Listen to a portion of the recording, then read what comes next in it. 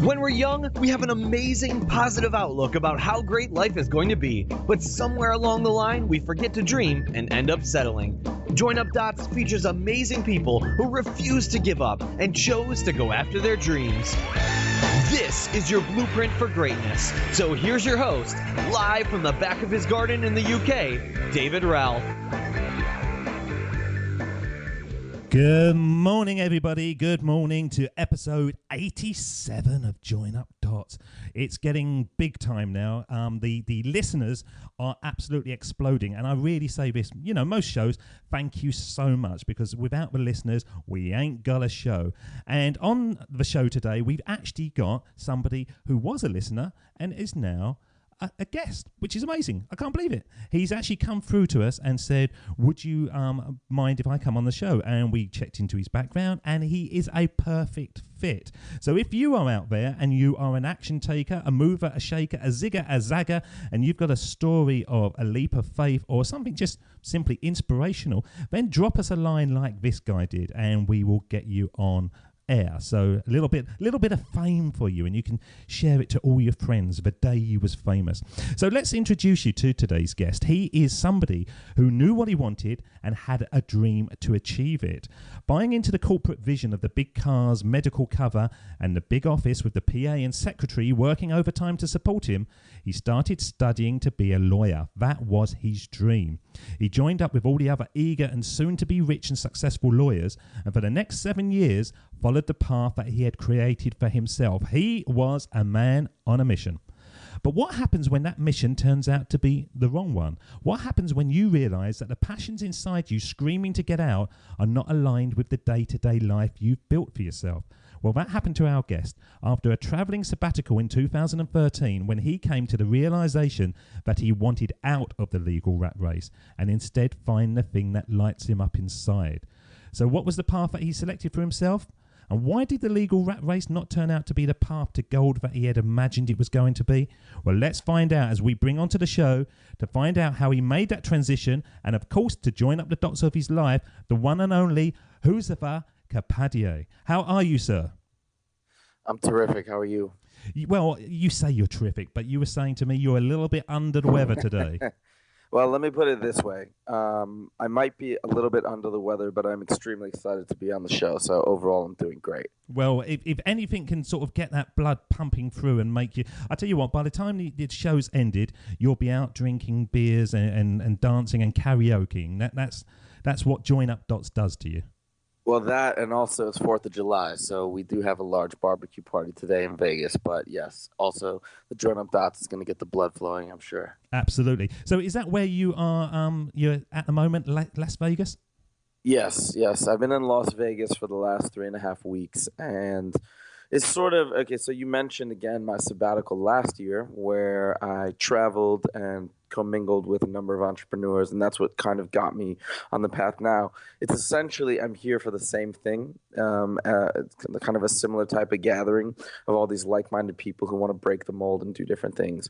So we come here usually, it's kind of becoming now a tradition. We'll probably come here again next year, and so on and so forth. So that's what I'm back for. So I always say this, anyone who mentions Las Vegas, there are two words that come out of my mouth.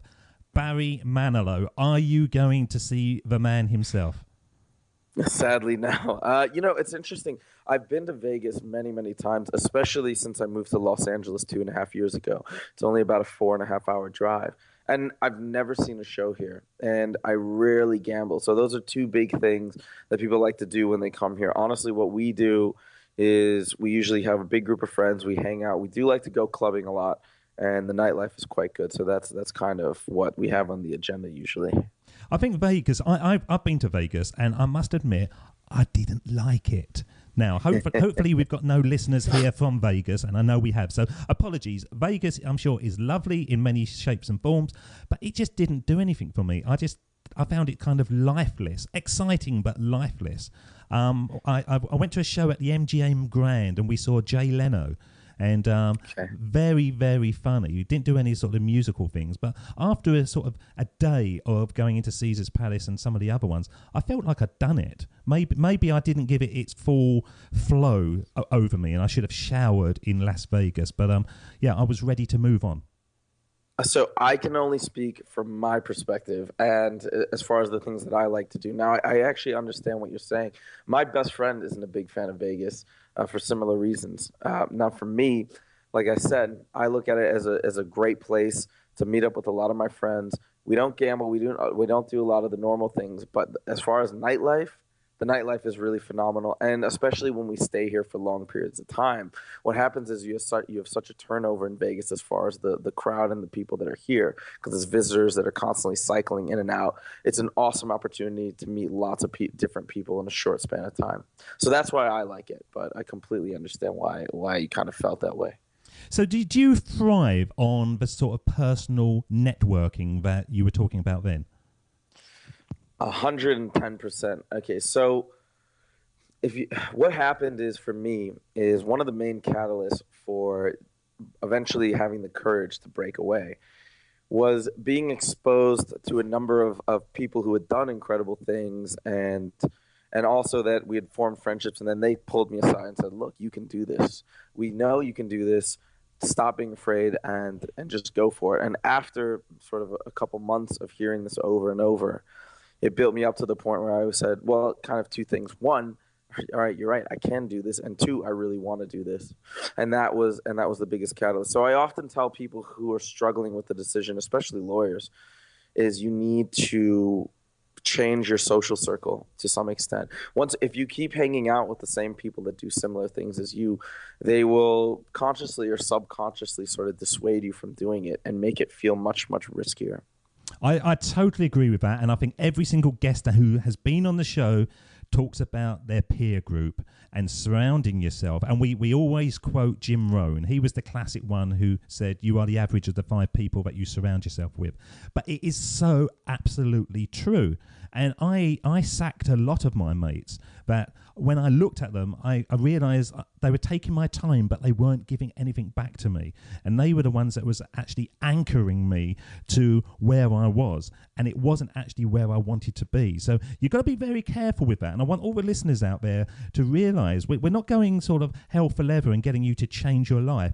But just be aware, if you're surrounded by people who are, misery guts and are moaning on a constant basis, it's very hard that you're not going to be sort of moaning. Change it on its head and then be surrounded by positive people or people doing stuff which is inspirational. And little by little, you start to realise, hang on, if they're doing it, why can't I? Just as our guest is saying today. Exactly. And another quick expression I want to throw in is take advice from people who are living the life that you want to live. And this isn't to say that you need to cut your old social circle free necessarily. What it is, like a good example I can give is I had a really close partner mentor at my old firm who I almost look up to her as an older sister. And I know when I was first making this decision, she was giving me really good advice, but I remember her telling me that she felt it was quite risky and perhaps not a good move. Now, it was great perspective, but the thing, eventually what I realized was she was in that other world that I was trying to get out of. And so from her perspective, absolutely, she was giving me terrific advice, but it wasn't the right advice for me. And that's what I eventually realized. Well, we are going to sort of go back in time and join up your dots and look at your leap of faith. But can you think of the best advice that you've been given that literally on a daily basis you think to yourself, yes, I still buy into that. It surprised me at the time, but every single day it shows itself to be more true. Yeah, okay. Well, as I began, because let me tell you, the last year has been filled with ups and downs. So the best piece of advice I can give, well, one of the best pieces, all right, is to always keep going. The way to look at it as you sort of begin. So let's say whatever type of business you want to build or whatever life you're trying to manufacture, just keep on moving forward and stay true to whatever process you have designed. And as long as you keep going, so for me, I had some struggles early on trying to start the business that I'm currently working on. I had some concerns, but once I stayed dedicated to that process, as I'd been told over and over, eventually I started to see a light at the end of the tunnel. And then more ideas come in, and the vision starts to change and mold based on my experiences. And as long as you have that confidence that things will eventually work out, it's not so bad at all. And it's actually really, really fun. It's the thing that makes life invigorating, and it's the thing that actually pushes you out of your comfort zone and allows you to grow, isn't it? Absolutely. So when you talk about being invigorating and exciting, it's okay. I had somebody, every now and then I'll have people from law school or whatever say, well, do you regret what you've done? Do you ever wish like you could go back? Well, first of all, yeah, I mean, I could go back if I wanted to. But I tell them unequivocally, I would never go back, not in a million years. And it has nothing to do with financial gains because, I mean, at this point, right, I'm making substantially less than I was as an attorney. But it's completely almost irrelevant for two reasons. One, it's really hard to even compare my happiness or my overall satisfaction levels because a lot of times the way I describe it to my friends is I feel now as though I'm awake and I wasn't before, if that makes sense. And the second thing is that I really do have strong utter confidence that things will work out financially eventually as well, as long as I keep grinding and keep pushing. So it's not even a concern in the slightest bit. I don't even think about it anymore. I did at the onset of my quest, but now it's completely gone. Because you love the task, you love the passion. It's the process that you love, isn't it? It's like me doing this. I took a big hit on my salary to do this, but it was something that was screaming in me. It had to come out. And actually today, I'm in discussions with a major sponsor for the show, and it's going to be ka-ching time. But actually, there's a part of me that kind of doesn't really want to do that. I am going to do that because I've got to pay the bills. It's the process of actually doing the show, which is the most important thing for me, and not actually the salary. So what you're saying there is absolutely spot on. And the listeners as well, if you're in a job that you don't like that is paying money to you, you can take quite a considerable hit and stay on that hit for quite a while by not going out as much, cancelling Netflix and all the kind of things where our money goes. And little, by hustling, opportunities come your way, and then you're up and running. I think that's right on. You just made me think of another really awesome and simple piece of advice that I got from one of my closest friends. If you leave your job and you change your life, you're not going to die. This was a really interesting thing that he had told me, because what happens is it's a similar type of feeling that you get, even let's say when you're breaking up with somebody or you're leaving something behind. You get this horrible sense of fear and concern and stress. And what we've decided is the way we've kind of looked at it is these stressors, like let's say leaving somebody, or let's say breaking away from a high-paying job, can almost be akin to maybe what you would have felt 10, 20, 30,000 years ago when you're living in smaller tribes and breaking away from that tribe or breaking away from your mate. Those types of actions would have almost certainly led to demise, would have led to death. So those were big, major decisions, and they would rightfully so cause a lot of stress and anxiety. Well, today, those triggers are still hit by these decisions, but the consequences are completely different. And I think that's a big reason why we have these fear sensors just go off big time, is we're kind of looking at it through that lens, and that's just a vestige of our past. But the bottom line is, if you're a reasonably smart and motivated person, I mean, you do have to be motivated. And you can't really get around that. I think you do have to be pretty motivated and relatively hardworking to see this through. But if you have those basic components, you're gonna be okay as long as you keep moving. Flex your hustle muscle. That's what it's all about. Did you know my greatest quote? And I love this quote. And a lot of people, quote Steve Jobs and all those kind of things. And yeah, they're good. I've based a whole show around Steve Jobs quotes. But my favorite quote of all time is from Rocky Balboa, when he says in Rocky 6, Rocky Balboa, the last one, life's not about how hard of a hit you can give. It's about how many you can take and still keep moving forward. And when I saw that in the film, it was like, it was like an epiphany, and I thought, that's absolutely right. Life's not about how hard of a hit you can give, it's about how many you can take and still keep moving forward.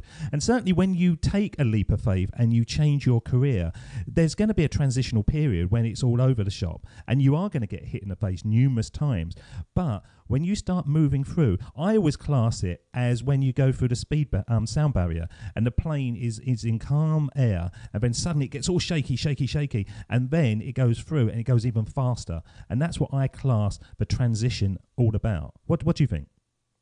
No, absolutely. And okay, so that made me think of a couple things. Okay, first of all, another thing related to this, again, now this is giving me a third piece of advice that I want to give out. When I began to start, this is probably a year before I actually took the leap.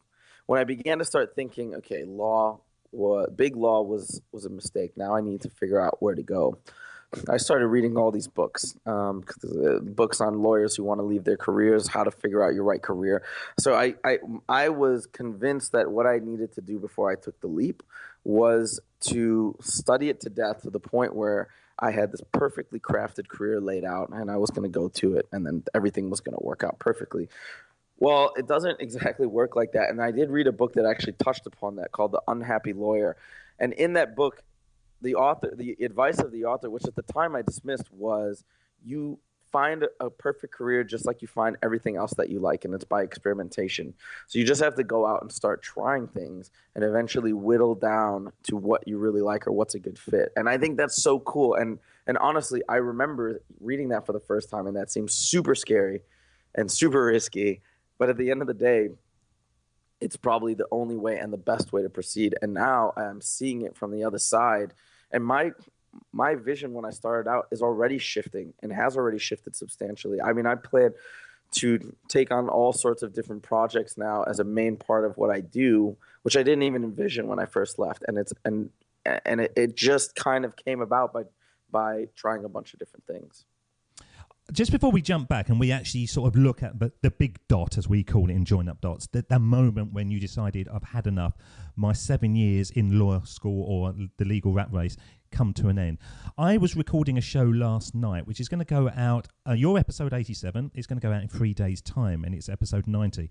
And it was a lady who is living in Los Angeles, and she is a Reiki master, and she is a life coach, and she's all about bringing positivity into people's lives. And she was actually at legal school. She was a lawyer, a trainee lawyer, a litigator, and she used to get terrible stomach pains all the time. And when she went to the doctors, he said, you're basically allergic to legal school. It's not doing you good going there. It's too stressful.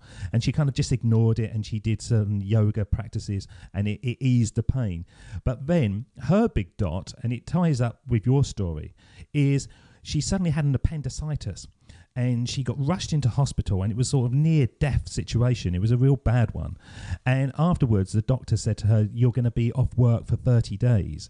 And instead of focusing in on the pain, she just thought, thank God I don't have to go to work for 30 days. And when the other lawyers sort of turned up, they all surrounded her on the bed, and they were all kind of going, oh, what operation can I have not to go into the legal rat race and stuff?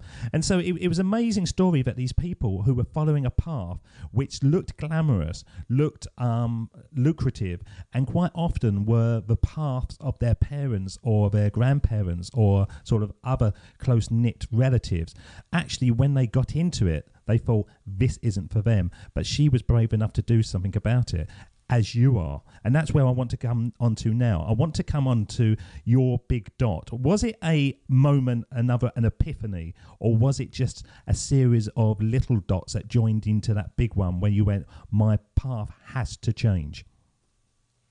It was a series of, let me put it, okay, it was definitely a series of little dots, but I can tell you the big dot moment where everything kind of came together. So again, going back to the sabbatical and sort of group travel that I embarked upon, it was constantly being bombarded by just a lot of really positive encouragement from all these incredible people who had done amazing things and had left behind quote unquote high value corporate positions to do something what they wanted to do and break out of the mold.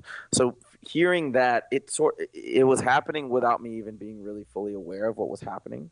But eventually my confidence and my courage just kept building and building and building. Now, at the end of the summer, I come back, and I remember I was going on a trip with my family, and I had I had a new job that was waiting for me at a new firm. Okay, so in order to take the sabbatical, I actually had to leave my old firm because I ran the idea by and they weren't too keen on it. So I I actually found another job. Then I left my old firm. I traveled, and my new position was supposed to start on September 2nd or September 3rd of 2013. Okay, so then I come back, and I remember I was in Belize with my family. We were like snorkeling and scuba diving and stuff like that. And I finally said, and my family is a traditional Indian family. This type of stuff that I'm doing now, it typically does not really fly. But I said, okay, I need to at least bring up the subject that I'm probably not going to do this. Because now I said, okay, I don't think I want to do this anymore, and I think I want to do my own thing. So I brought it up to my dad, and I started talking to my parents, and they were really against it, really, really against it. And even the night before I was supposed to start my position in LA, I called my dad. I said, I don't think I'm going to go in. I'm just going to tell them I can't do it. I want to start something on my own. Can I just butt in there? Absolutely. Why was it that your parents were so against it? Was it because of sort of the Asian families like their kids to go into sort of becoming a doctor or a sort of legal thing? Was it that kind of issue? Okay, if I had to... my opinion of it is it's a couple different things. One, my parents are just typically are quite risk averse, and this is sort of common amongst our culture. Not to, of course, it's a generalization, but they're just risk averse in general, and they saw me take on a really quote unquote prestigious profession where I was making really good money, and they wanted me to have that stability. There is some outside pressure as well in the Indian community. I mean, so my parents would probably say, no, this had nothing to do with it. But this comes in all sorts of different ways. It's sort of the way that the community views the families and children and adults and what they're doing. And I know that this also had maybe some subconscious part in that feeling for them, like, oh my God, what's everybody gonna say? He's leaving law. He's leaving this lucrative career to do what? He wants to start his own thing. So I think all these things played a part. And in my dad's mind, what he kept telling me was just give it time, and it'll eventually start to feel good. And then I remember he said one other thing to me. He said, by the way, you go on and you do this, you're not wasting any time because all this is valuable experience that you're getting. That's true. And then though, I remember, well, it's true to an extent because everything has diminishing returns after a while, right? So it's a good way to look at things when you're in a situation that you can't get out of. You can try and milk out the positive things, but different experiences have different amounts of value that they offer. So for example, yes, I could have stayed in law for 10 years and I would have gained something from it. That's absolutely true. But the amount of value that I can now grab from what I'm doing now is immeasurably greater, in my opinion, especially the last year or 10 months that I've had. God, I mean, the amount that I've learned, the amount that I've grown, it's just what would have happened if I would have stayed in law would have completely paled in comparison. So yes, it's not bad advice that my dad gave me, but I eventually realized that okay, well that's true with anything. You could gain experience and insight from anything you do, but I want to do something where I can maximize that. So what was it about the legal profession after 7 years? Because obviously you went into it with all the passion in the world, but what was it that actually turned it sour for you? Law is a very interesting beast because what happens is a lot of people, especially in the States, tend to go into it with imperfect information. And part of the reason why that is because of the media and because of the way it's glamorized in Hollywood and so on and so forth. For me, what happened is the reason why I first went into it is I actually sat jury duty for a medical malpractice case, and I found it really fascinating. Juries and trials themselves are quite interesting. I love speaking in public. And when I listened to the attorneys present the case and give their perspectives, and I saw how it unfolded, I thought it was really intriguing. And I said, I could do that. I could get up and talk to a jury and give these great speeches, and I think I could interrogate witnesses. I said, this is perfect. I want to give it a shot. Did some research, went to law school. Now, law school, I absolutely loved it. It's really interesting to see how the laws have developed and how all these different cases have changed the course of common law. I found that really fascinating. Big law, however, was not what I kind of expected it to be. Now, yes, you make really good money, you get to do all these really cool things, you get flown around a bit. So there's these little things that I initially thought, wow, this is cool, I made it. But it's the day-to-day that sort of is disappointing. Now, also, Forbes magazine wrote an article, I think 6 months or something ago, or maybe a year ago now, about the unhappiest jobs, and big law associate was number one. And the reason why that is because of the type of work that you do as a big law attorney. You're basically stuck in your office pretty much 95% of the time. You're doing a lot of reading, which I do love reading things that I enjoy, but the type of legal reading that you do it's just really bad, and you're looking for these little nuances, little details. You're doing, you're reviewing case law, and to me, it's just not fun. The type of writing you do isn't fun. I love to write with a passion. I just finished my first book a few weeks ago, and it's that to me is so much fun, just sitting in my room and writing, even though I love social contact. But the type of writing we were doing it's just not fun. It's a lot of boilerplate language. You're using exemplars from prior cases and molding things that are it's just not interesting to me. Even though from far back, patent law, which is what I practiced, law related to new technologies, I thought it sounded cool. The nitty-gritty wasn't fun. Let's play you a speech. I kind of pre-warned you that I was going to play this speech at the beginning because this is Jim Carrey. But you haven't heard this, but I'm going to play it now to you because I think this says everything about what you were just speaking about. So this is Jim Carrey. My father could have been a great comedian, but he didn't believe that was possible for him. And so he made a conservative choice. Instead, he got a safe job as an accountant. And when I was 12 years old, he was let go from that safe job. And our family had to do whatever we could to survive. I learned many great lessons from my father, not the least of which was that you can fail at what you don't want. So you might as well take a chance on doing what you love. Now that is spot on for you, isn't it? Absolutely. And this is so interesting because I didn't know you were going to play that, but one of my friends had just played that for me last week. They just brought that up and played that for me. It's so interesting. Yeah, it's a great quote. It's one of those quotes I think it should last forever because it is so spot on. Like the words of Steve Jobs that we're just going to play, and like the words from Rocky for me, they are, just snapshots of truth, but they inspire me just by looking at them. And when I first heard Jim Carrey say that, I was amazed because I was expecting this 26-minute speech that he did was just play for laughs. And he did a brilliant job, hopefully you've seen all of it. He did play it for laughs, which you would expect, but he came out with some whammies like that. And I think that is one of the best ones I've ever heard. Yes, you can fail at something you don't love, so you might as well take a chance on something you do.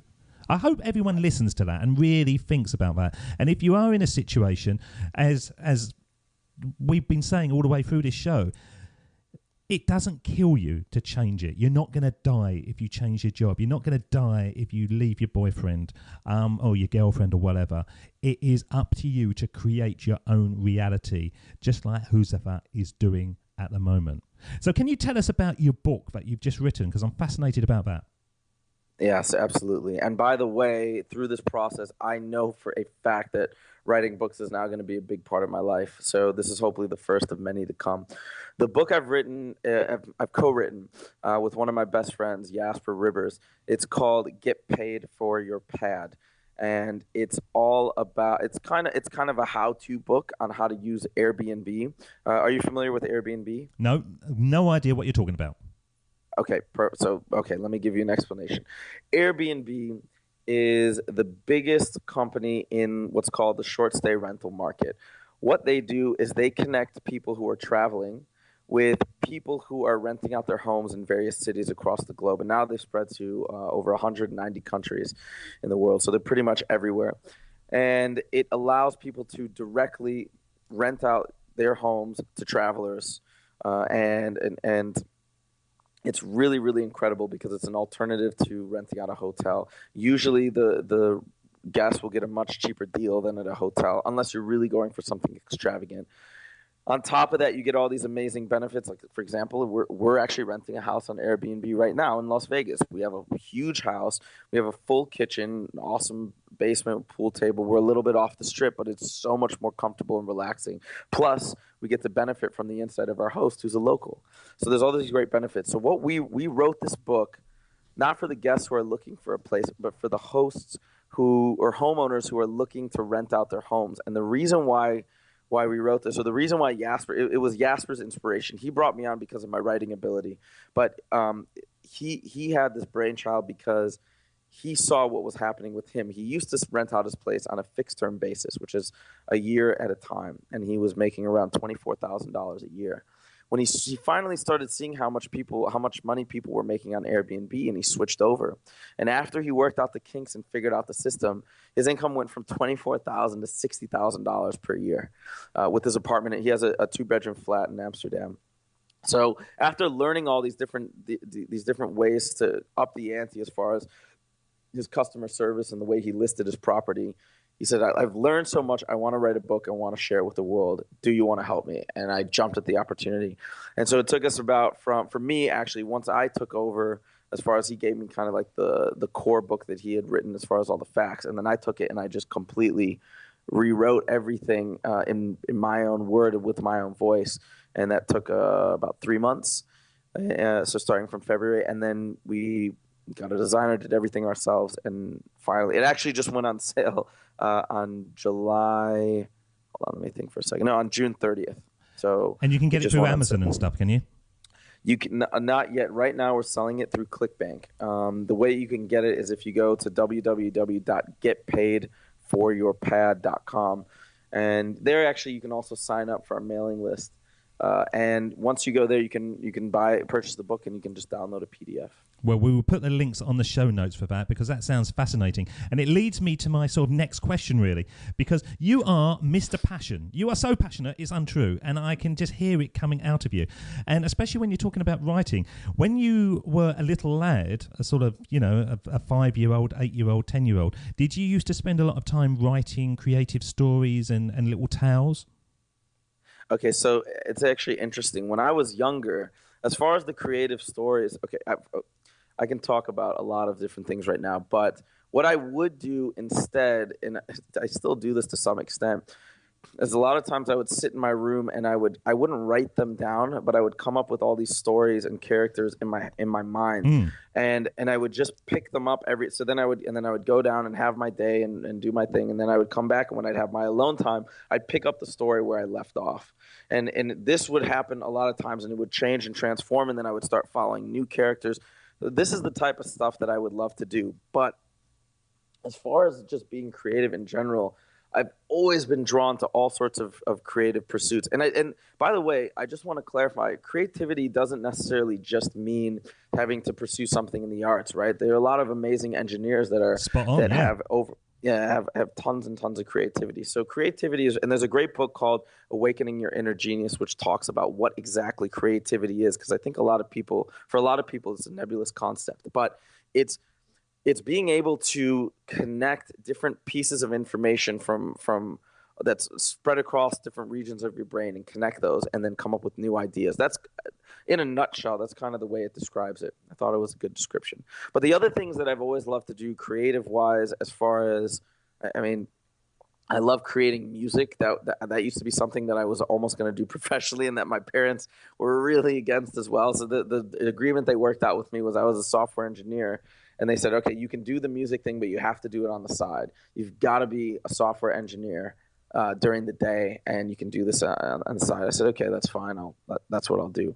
But that's something that I'm really passionate about. And writing, the thing about writing is, again, I used to always have that voice in my head that said, wow, I'd love to write a book. I would love to, but blah, blah, blah, blah, blah, fill in the blank, whatever nonsense excuse you can think of. I just never thought I would actually be somebody who had completed a book. And now I've blown through that barrier, and it's just so freeing. And now I just know I'm going to write book after book after book. And I've already got an idea for my next two books, and a bunch of tentative ideas for those after that. What you're talking about is the imposter syndrome, and we all have it. Every single one of us, it doesn't matter who you are, you will have moments when you think, that's too big for me. I can't do that. David Cameron, the Prime Minister, Barack Obama, every single person on a daily basis will think to themselves, I can't do that. But once you blow that out of the water, really, anything is possible within reason, but you can really change your path. Joining up my own dots, I remember sending off some letters to become a radio DJ. Really fancied being on the mic, doing the kind of things. And part of me didn't expect to get what I wanted. And so when I received responses saying, no, there's no jobs at the moment, I kind of just accepted it. Now I'm doing something that I should have been doing years and years and years ago, but it's only because I've managed to shake off that imposter syndrome that the future looks good. And for all of you out there, ignore that little voice in your head, because we all have it, and just tell it to shut up and go elsewhere. Because once you start focusing on what you do want and go after it, you ain't half going to be surprised at what you can achieve. Yeah, that's so awesome. And another thing, just to add to that, when you have that voice or those negative thoughts creep in, another really good rule is just take action regardless of your doubts or your fears, and just start moving forward.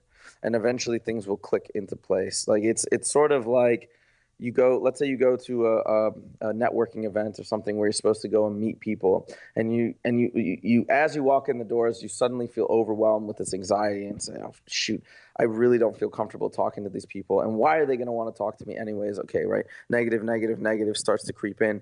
Instead of trying to work out these thoughts and get yourself into a positive state, you can jumpstart that by just taking action. Just say, okay, well, I know I feel nervous, but I'm just going to do what I'm supposed to do, and that's go up to the first person I see and introduce myself. You do that a few times, and that'll kickstart your state, and eventually things will start flowing. And it's the same thing with these types of ventures. When you was a little lad as well, were you a little hustle muscle monster? Would you go out trying to sort of mow lawns and wash people's cars and do all the kind of paper round things that kids did? Not at all. It's really funny now that now my mind is sort of on fire with all these cool ideas and different things that I want to do. And so maybe perhaps somebody might meet me today and think that I was always very quote unquote entrepreneurial minded. And I absolutely was just so focused on school when I was a kid. And that was going to be my path. My mom's a doctor. For a long time, I wanted to be a physician. Then it sort of shifted to engineering, but I wasn't that guy. I had thoughts about, okay, so let me sort of connect this with another point that I wanted to make about the way that I've changed now. I always had ideas. I always had great ideas on different businesses I could start or different things I could do, but I never followed through and always sort of kept my focus on what I was doing on a sort of a typical path. So I felt like I was always that guy that had these ideas and maybe started on following through with some of them, but always gave up. That was me. That was my MO. Now I'm the guy, and this is only within a year. Now I'm the guy, when I get an idea, I just start going. And I actually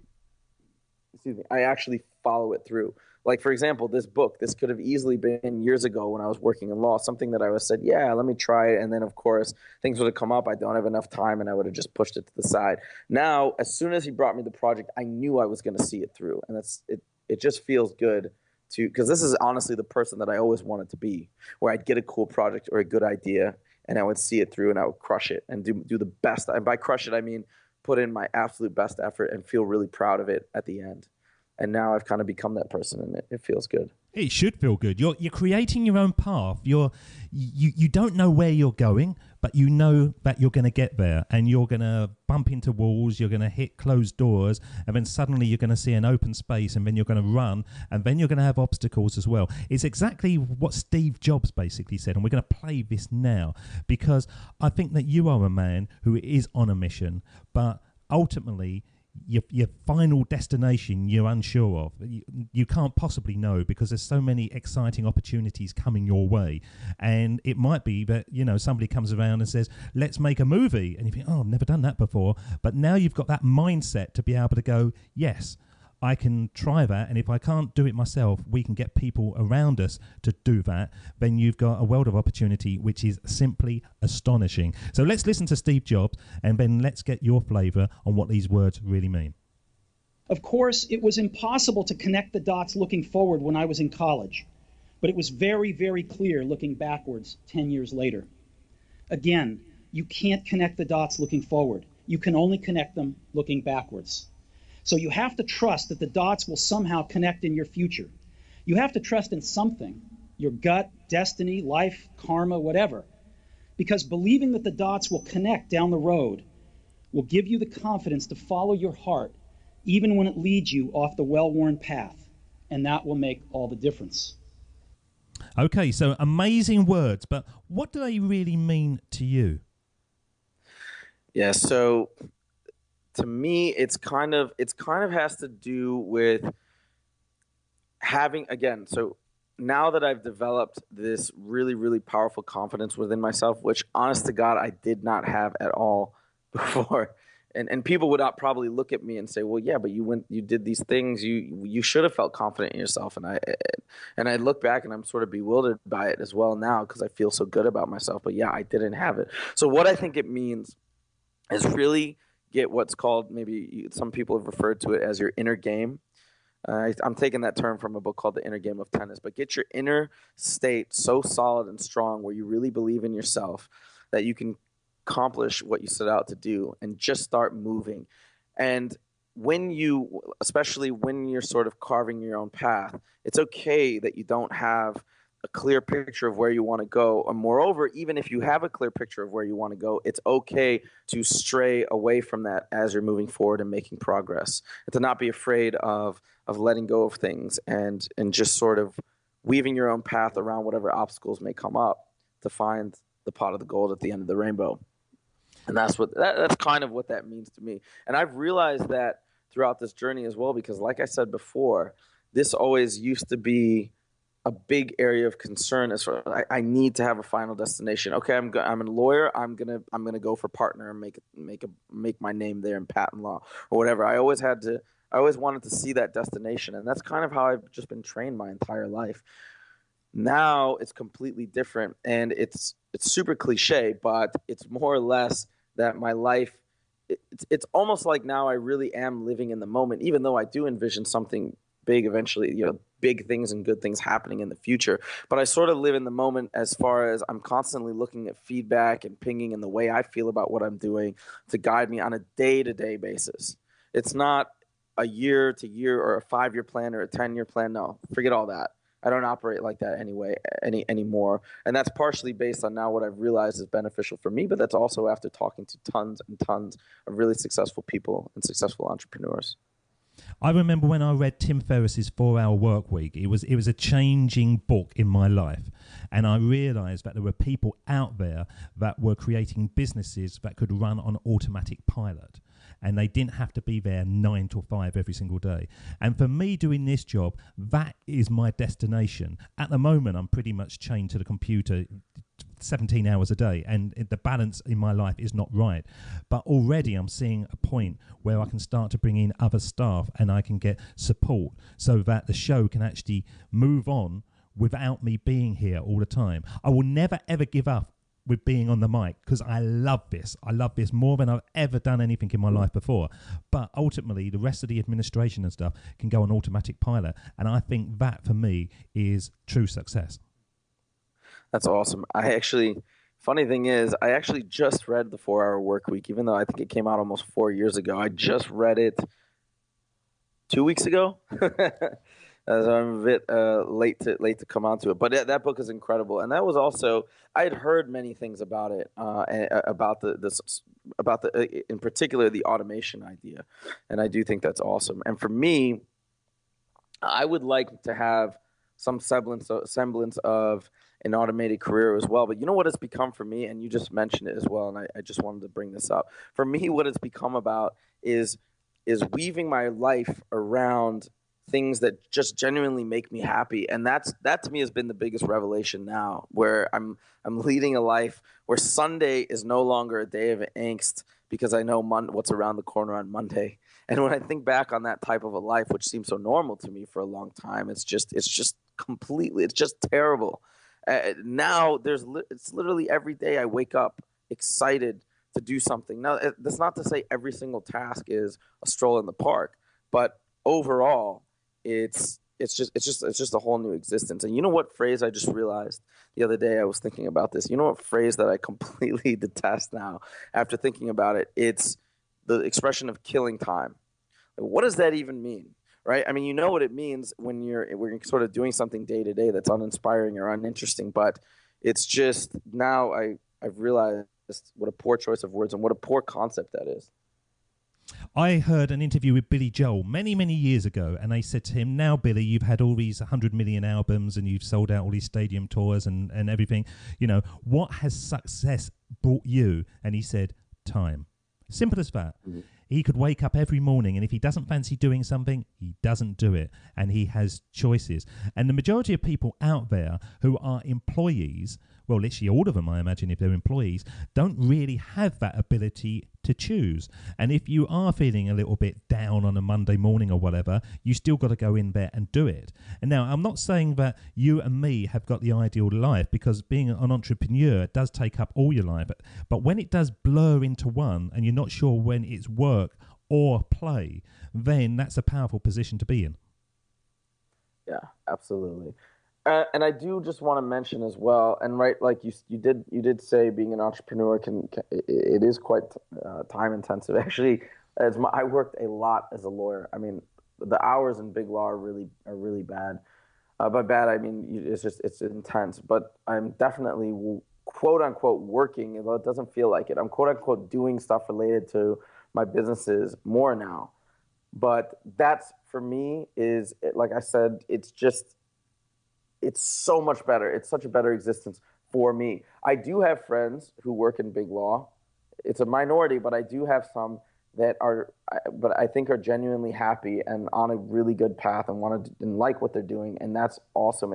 It's not to say that you're either an entrepreneur or you're unhappy, right? There's all these different career paths that can fit what people are looking for in different capacities. Like, for example, I had a friend who was an investment banker for several years, and that made him really miserable. And then he eventually realized what he was truly passionate about, and that was medicine. And he went back to med school at 26 or 27. And now he actually just finished and is now starting his residency. For him, that's what really gets him going and gets him excited. And it's an individual choice. It's funny, as you were saying that, I was thinking about my situation at the moment, and I've now got the ability of having a certain amount of freedom. And so if I don't fancy doing something on a Tuesday afternoon, I don't need to do it. But my realization on this is that when I have got free time to do what I want, nobody else has, because they're all at work.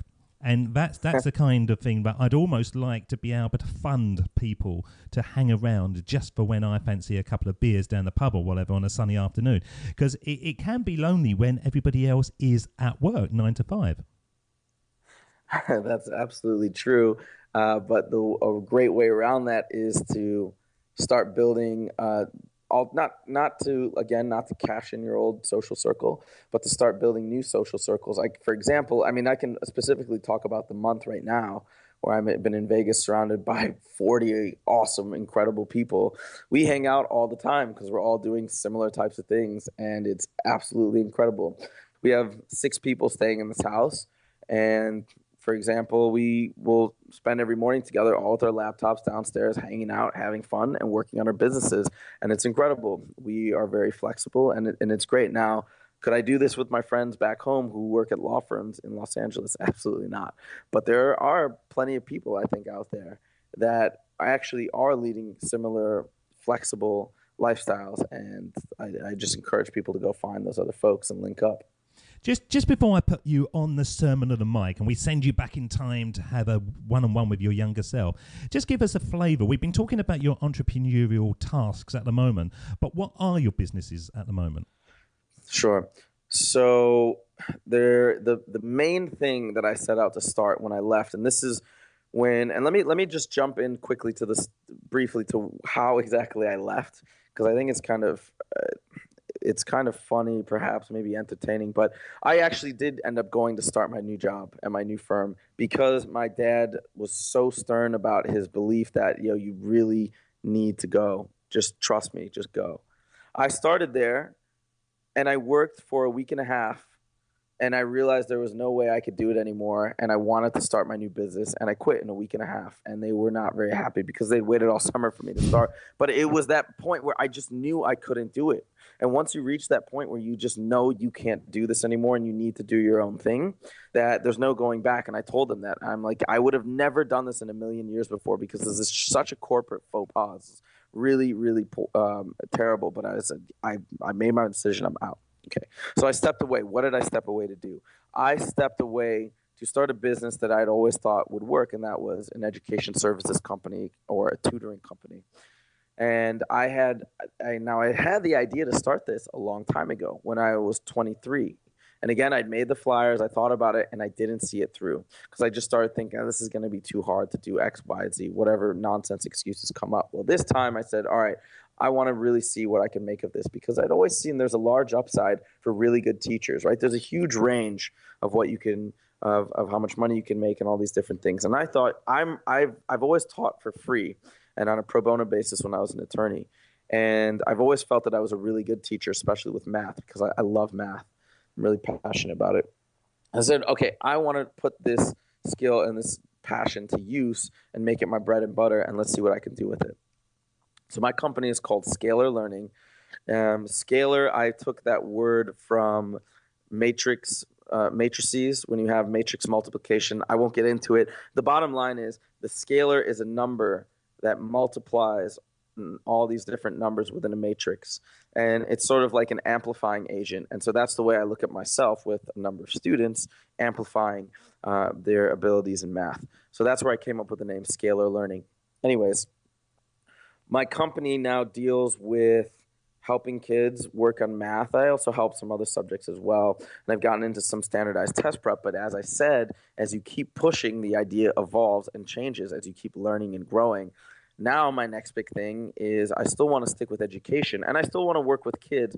But the big thing that I want to transition to now is building online video tutorials for SAT and ACT and other standardized tests for those like online preparatory courses. And that sort of, and it's so beautiful to me right now, and we'll see how the first version goes, but it's so beautiful to me right now because it combines all these things that I love to do. So, like, for example, I'm going to put this together all myself. I love video editing. It's another big passion of mine. I love music. That's probably going to play a role in the videos. I'm going to use all these different things that I love to do to build this up. My plan is to work on it from July through the end of August for about 2 months, and I think that should give me enough time to release it at the onset of the school year. But so that's how the business is now changing, and who knows where it will be in 6 months. I don't know what I'll be doing. I have an idea, but I'm always open to change. I find you inspirational. Do you know that? I'm sitting here listening to every word you're saying, and I know absolutely you're going to achieve it. You're going to achieve everything because you're playing totally to your passions. You're being totally unique to yourself, and you're working harder than you've ever done before. Or probably not harder, but harder in a way that you're actually enjoying it at the same time. Yeah, 100%. Well, thank you for the kind words. I really appreciate that. But the thing, it's really interesting that for the first time in my life, I always used to gauge my success, or not gauge my success and my abilities and capabilities based on what other people would tell me. For example, when I was at the law firm, I didn't feel like I'd done a good job on anything until I'd gotten a good review or somebody came and said, "Wow, nice job." I was waiting for that validation. And I was sort of like a validation junkie because this is how I grew up. I grew up based on a system of grading and test scores and et cetera, et cetera. And now I don't, like, for example, I don't need to go to somebody who's in the business that I'm in and for them to tell me, yeah, you're doing it right or you're wrong. I just have this inner belief that I'm going to figure it out. And I'm sure you can relate to what I'm talking about, but it's just so powerful and it feels so good. Have you ever read a book called The Power of Habit? Yes, I have actually, a long while ago. Okay, well, that book, for all your listeners, please go out and read it. It's so good, and it's changed my life quite dramatically as well. But there's this really cool you talked about this, actually. You touched on this before, and I wanted to bring it up, but I didn't want to throw it into the conversation at the point. But it talks about the concept of belief as well as habits and everything else. But belief is a really interesting thing because it doesn't mean belief in a higher power necessarily. But what it means is just sort of belief in general that things are going to come together, that there's something that's guiding you, that's gonna take you to that's gonna push you to prevail. There's something really powerful with that can make very good things happen. And of course, I can sit here and tell you, well, you just got to believe in yourself. Well, but that's really difficult to do. Again, it's how to figure. It's really important to try and figure out how to get yourself to actually sincerely believe in yourself and believe in your abilities. And there are ways to do that, but one of which is, again, for me, like surrounding yourself with really, really positive people who believe in you, and eventually you'll absorb that and take it on. I believe that this show was going to be the biggest show ever from the very first go. Every morning I would look in the mirror and go, you are the owner and host of the greatest podcast out there. Even when I was on episode 1, 2, 3, 4, 5, and I got to episode 50 and 60 and 70, and now, absolutely now, I sit here and I think, yes, it's all coming together. It's all coming together. Now, whether that is visualization or belief, I don't know. But certainly you need to have that positive outlook so that you can push through the times that are hard, or push through the times that are just sluggish and not moving as fast as you want them to be, to get your true rewards. Right. Absolutely. I completely agree. Right, at that part of the show, sir, let's play the theme tune of the Sermon on the Mic. And this is when we send you back in time to have a one-on-one with your younger self. And if you could go back in time, what age of would you choose? Would you choose a 5-year-old? Would you choose a 20-year-old? Totally up to you. But this is the Sermon on the Mic.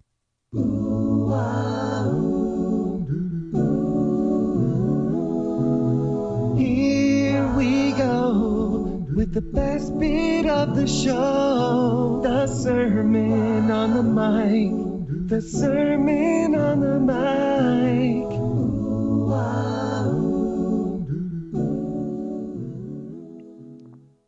Okay, so for me, the age that I would go back to, by the way, is 18.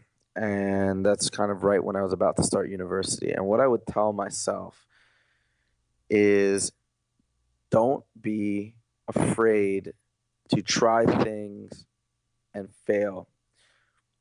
And I would actually tell myself to not even look at things in terms of failure and successes, because that I think is also misleading. Instead of looking at things as failure and successes, think of everything as a learning process, and just go forward from that perspective. And each thing that you try and work on is making you better and stronger and building you up to be a better person, a better man. And if you're committed to never stop improving and to never stop pushing and to never stop trying, you're going to improve at a really, really, really fast rate. And it's hard for you to absolutely, completely believe in yourself, but I'm telling you 100%, and take me on my word, I'm telling you, and I want you to lock this in your head, you can do anything you want. If you love it and you're going to work at it, you can do it. Do you think the younger version of you would actually believe that if you had walked into the room? So the thing is that it's really tough to believe, but I would like to think that if it came from a version of me 16 years in the future, I would be much more inclined to believe it. As opposed to a mentor or even my parents saying something like that to me. But because, again, it's so difficult to get yourself actually believing and to actually shut off those self-limiting beliefs. There's a big process to it, but I would hope that perhaps if it came from me, maybe it would sit a little bit more than coming from elsewhere. Well, if you haven't had a chance, and I'm sure you've listened to every show that we produced, go back and listen to 82, Eric James on episode 82. And he is somebody that believes that the bigger you dream, the easier it is to achieve. And it's an absolutely fascinating show. So how can people connect with you, Huzefa?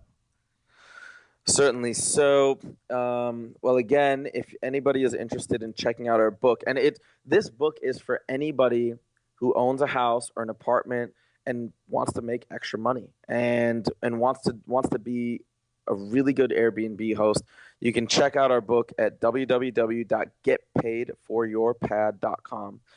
That will be one way. If anybody wants to connect with me as far as my education services, needs help with math or standardized test prep, you can go to my website at www.scalarlearning.com. That's SCALAR learning.com. And those are sort of the two probably best ways to get in touch with me and reach out to at least the things that I'm doing. If anybody wants to, of course, I'm happy to leave my personal email address with you. It's hard to spell out because my name is complicated, but hopefully you'll put it in the show notes. I'd love to hear from anybody who wants to talk to me or hear about my journey or ask questions for me. I'm an open book. I love meeting new people. I'm super, super extroverted, so I basically I've tried to engineer a life where I'm surrounded by friends all the time. So yeah, if you want to talk to me and maybe join my social circle, I'm more than happy to hear from you. Well, you've been the best listener I've ever had on the show, and hopefully you're going to start a tidal wave of other people who have been listening to the show and are inspired to create their own future, because that's really what this show is all about. It's not about myself. It's not about the guests. It's about us presenting an idea of hope.